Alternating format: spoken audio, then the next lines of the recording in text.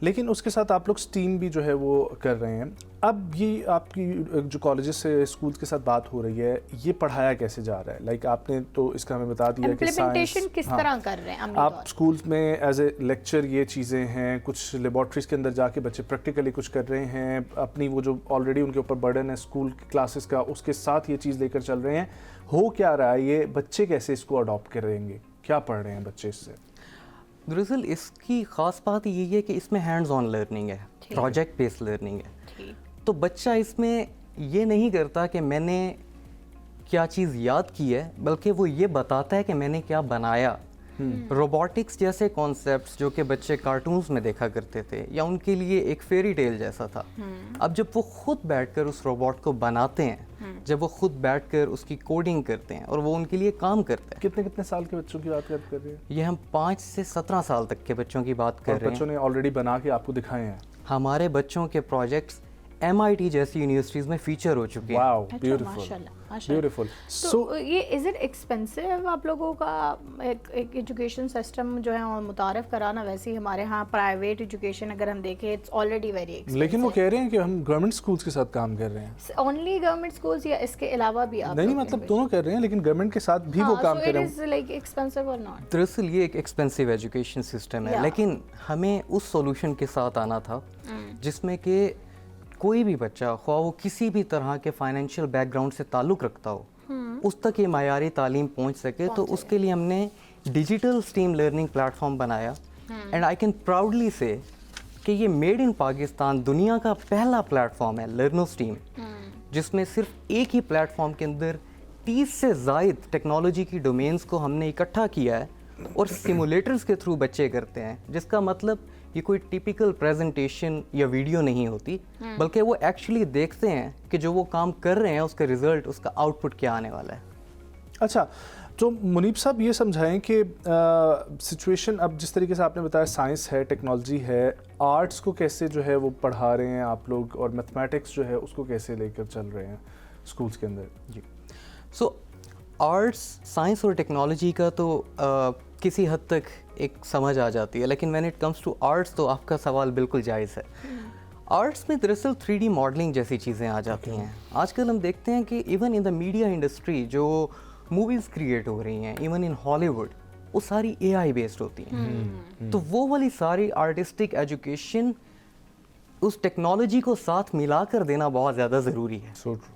تو یہ بچوں کو اس میں پرووائڈ کی جا رہی ہے. سو اب how are you managing it? اگر آپ سرکاری اسکولوں میں اتنی ہائی لیول ایجوکیشن فراہم کر رہے ہیں, سو ڈونٹ یو تھنک کہ لیٹر آن آپ لوگوں کو فنڈس کے ایشوز ہو سکتے ہیں, کیونکہ if you are not creating any revenue out of it, so آپ لوگ کب تک اس کو سسٹین چلا سکتے ہیں؟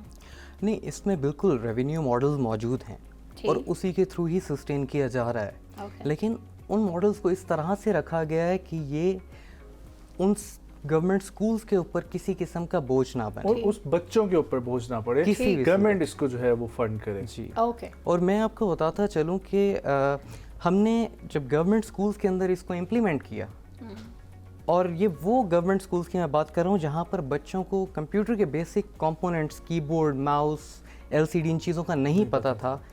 تقریباً 1 سے 1.5 ماہ میں ہمیں یہ رزلٹ ملا کہ وہاں پر موجود ٹرینرز یہ بتا رہے تھے کہ بچے خود ہی کیے جا رہے ہیں. اتنے زیادہ ٹرینرز کہاں سے لے کر آ رہے ہیں آپ لوگ؟ سو ابھی ہم نے منسٹری آف فیڈرل ایجوکیشن کے ساتھ ایک بہت بڑا پروجیکٹ کیا, disruptive education, the foundries of emerging technologies کے نام سے, جس میں ہم نے 150 پروفیشنلز کو ہائر کیا ہے, انہیں اسٹیم پہ ٹرین کیا ہے بہت ایکسٹینسولی, اور اس کے بعد انہیں ڈپلوائے کیا ہے.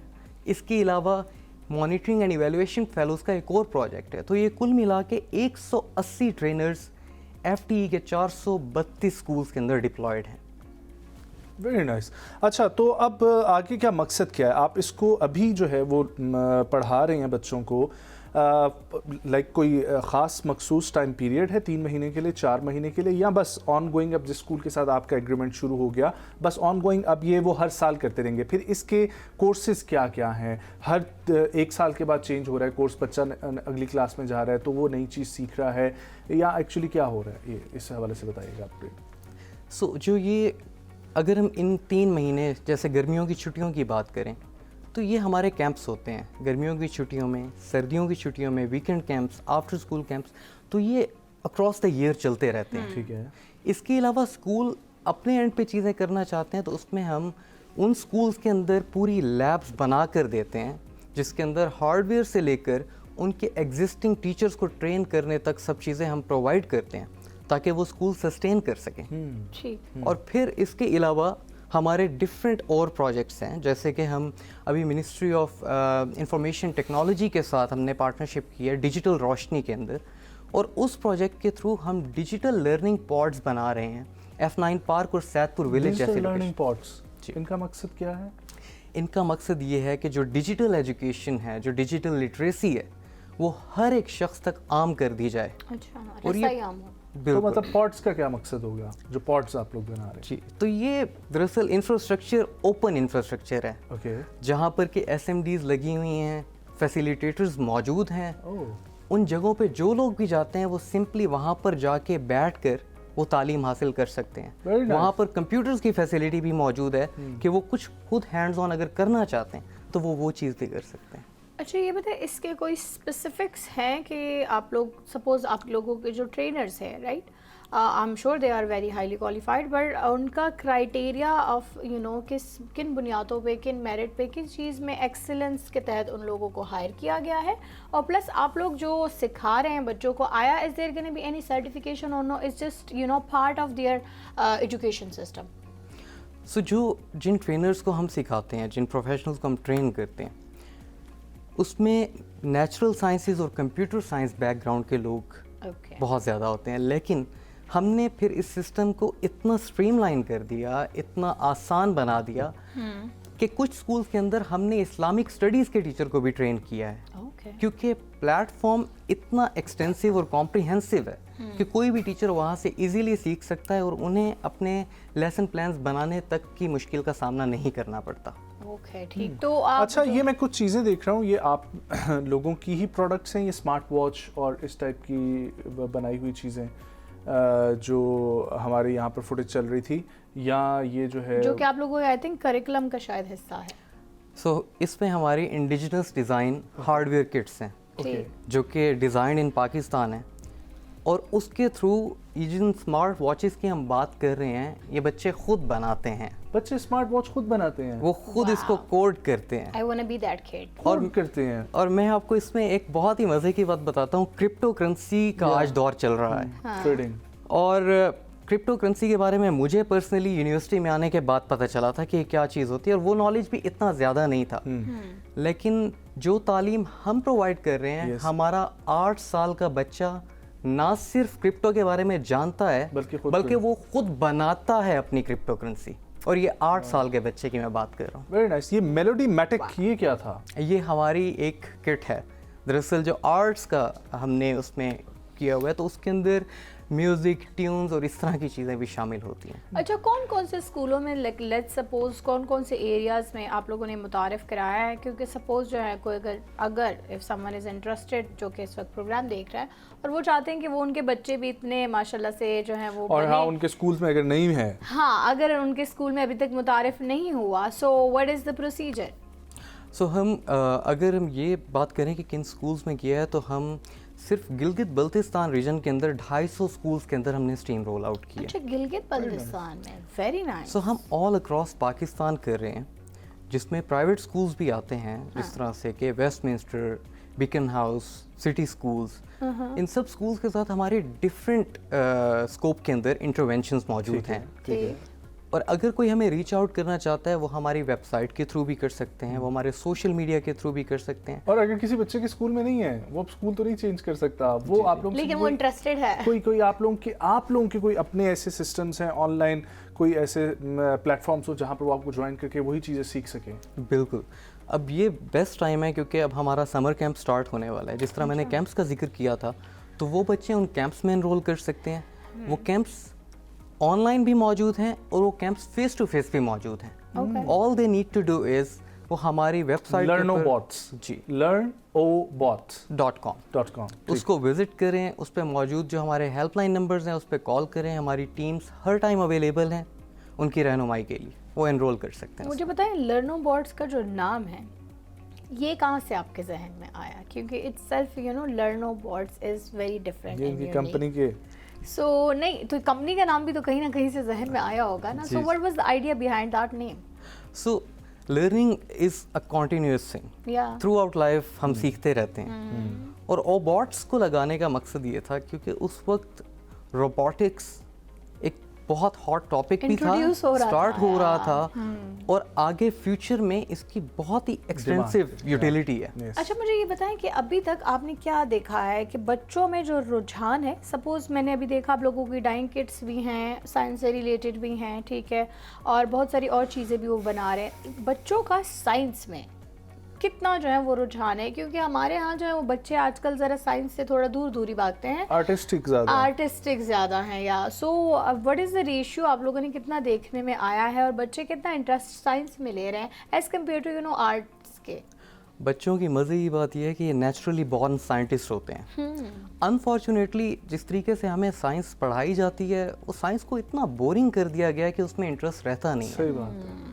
لیکن جس طریقے سے ہم اس سائنس کو کنوے کر رہے ہیں بچوں تک کہ ان کے اندر وہ تحقیق کا رجحان بڑھا رہے ہیں, اس کو ہوا دے رہے ہیں, ان کی کیوریوسٹی کو ڈائریکشن دے رہے ہیں, تو they are very much interested. مطلب پیرنٹس سے جو ہمیں فیڈ بیک مطلب آپ دیکھیں نا, واقعہ میں ہم اب فزکس کی کتاب 9th-10th میں کھولتے تھے تو مطلب بوہر لا, ہائزنبرگ لا, ٹھیک ہے, اور یہ سب چیزیں پڑھ کے اتنا عجیب لگتا تھا. اور کیمسٹری میں نمبرز کیسے آئے, لیکن بہت اچھے آئے تھے. حالانکہ جب آپ فلم دیکھتے ہیں اوپن ہائمر, ٹھیک ہے, تو آپ کو پتہ لگتا ہے کہ آئنسٹائن کا کیا کردار تھا, ہائزنبرگ کا جرمنی میں کیا وہ کر رہا تھا, اور یہاں پر اوپن ہائمر کیا کر رہا تھا. بڑا انٹرسٹنگ تھا. وہ بھی ہسٹری ہے, اور وہ ہسٹری میں ڈفرینٹ ڈرائیو ہوئی تھیریز ہیں. لیکن ہمیں وہ پڑھائی واقعہ میں اس طریقے سے جاتی ہے کہ وہ سبق زیادہ لگتا ہے اور اس میں جدت کچھ نظر نہیں. مجھے لگتا تھا پیریوڈک ٹیبل جو ہمیں پڑھایا جاتا تھا اس کا کوئی مقصد ہی نہیں ہے.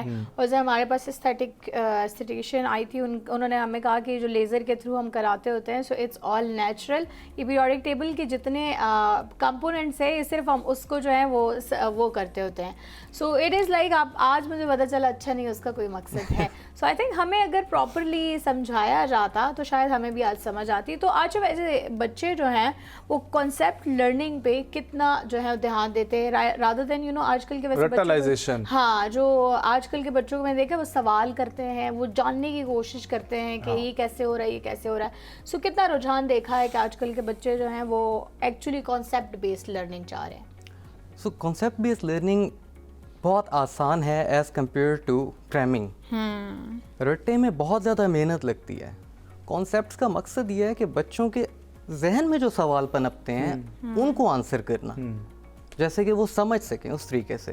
تو جب وہ چیز سیکھتے ہیں, وہ چیز سمجھتے ہیں, تو ان کی وہ کیوریوسٹی مزید بڑھ جاتی ہے مزید کانسیپٹس کی. بڑا یہ کہ آپ بہت اچھا کام کر رہے ہیں اور اس کو مزید بڑھنا چاہیے, لیکن جو تھیوریٹیکل ایجوکیشن ہے نا, اس کو تھوڑا سا کم کرنے کی ہمیں ضرورت ہے, یا کم نہیں بھی کرنے کی ضرورت, اس کا برڈن تھوڑا سا بچوں سے ہٹانے کی ضرورت ہے.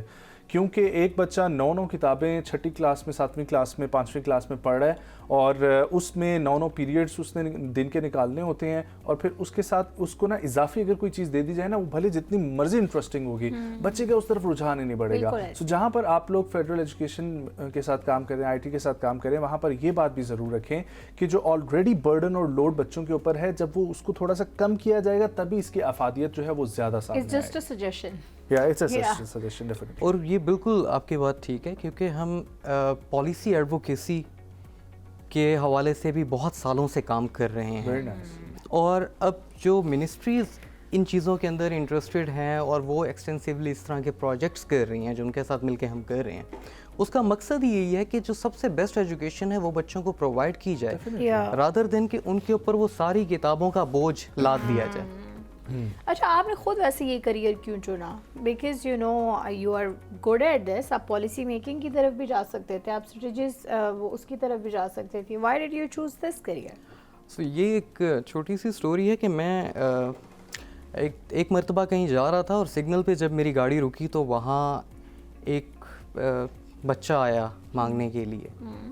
That was for the first time جب مجھے یہ بات ہٹ کی کہ یہ بچہ ایسا کیوں ہے, اور میں نے ایسا کیا کیا ہے کہ میں یہ گاڑی, یہ آرام دہ لائف, یہ سب چیزیں ڈیزرو کرتا ہوں. And the answer was just one, کہ میں اس گھر میں پیدا ہوا جو کہ پریویلیج تھا, ایجوکیشن پرووائڈ کی گئی. اگر وہ بچہ میرے گھر میں اور میں اس کے گھر میں پیدا ہوا ہوتا تو سرکمسٹانسز ٹوٹلی الٹ ہوتے.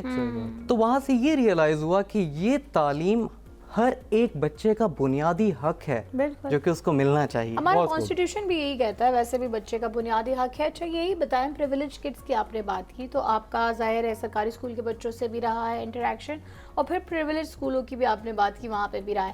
واٹ از دا ڈفرینس آپ نے جو پایا ہے ان کا, اسپیشلی مینٹل اسٹیٹ کی اگر ہم بات کریں, اور رسپانس ریشیو. ہاں رسپانس ریشیو کی. سو جو پرائیویٹ اسکول کے بچے ہیں ان تک یہ چیزیں پہلے سے ہی کسی حد تک ان کے مائنڈ میں اس چیز کا کانسیپٹ موجود ہوتا ہے, یا تھرو فلمز کی ایکسپوجر ہے ان کے پاس. ایکسپوجر ہے ان کے پاس. گورنمنٹ اسکول کے بچوں کے پاس وہ ایکسپوجر نہیں ہے, لمیٹڈ ہے. اور پھر اس کے علاوہ ہم جانتے ہیں کہ یہ لو انکم ہاؤس ہولڈز ہیں, تو یہاں کے مسائل بہت مختلف ہیں. اب پاکستان میں اگر ہم دیکھیں تو تعلیمی نظام کی ایک بہت بڑی ناکامی دیہی اور شہری تعلیم میں بھی رہی ہے کہ دیہی علاقوں میں تعلیم اس طریقے سے کبھی پہنچ ہی نہیں سکی. ہم میک شور نہیں کر سکے single national curriculum. Well thank you so much Mureeb صاحب فار جوائننگ, بہت اچھا لگا آپ سے بات کر کے. Wish you very best of luck for your projects and will hope کہ پاکستان کے تمام تر اسکولوں میں اسٹیم ایجوکیشن آئے, بیکاز اٹس ویری نیسسری کہ اولڈ اسکول کو ریپلیس کیا جائے through new education system. Let's take break جی, واپس آئیں گے, ہمارے سے گیسٹ موجود ہوں گے, ہمارے ساتھ رہیے.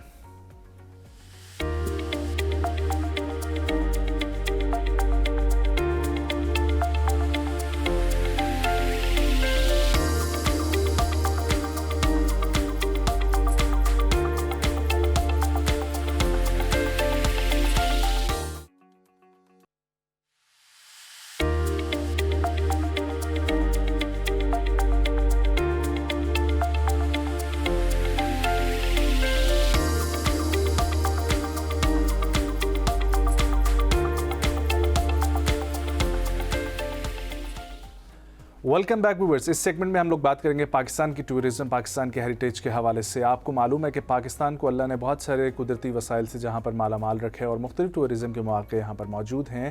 ہاسپٹیلٹی بھی پاکستان کی بڑی اچھی ہے, لیکن وہیں پر ایک چیز جو سمجھی جاتی ہے ہیریٹیج, جس کی حفاظت ہم نے کرنی ہے, جس کے لیے آلریڈی بہت سارے لوگ پاکستان رخ کرتے ہیں وہ دیکھنے کے لیے. چاہے موہنجو دڑو کا ذکر کریں, لاہور فورٹ کا, بادشاہی ماسک کا, وہ شاہی دور کی بنی ہوئی چیزیں, یا اس سے پہلے کا دور ہم لوگ ذکر کریں تو ٹیکسلا کے میوزیمز, اور مردان کے پاس جو علاقہ ہے تخت بھائی, ٹھیک ہے, ازر, اور بہت ساری ایسی چیزیں سوات کے اندر موجود ہیں, گلگت بلتستان کے اندر موجود ہیں, جو پاکستان کا ایک ثقافتی ورثہ ہے اور پہچان ہے.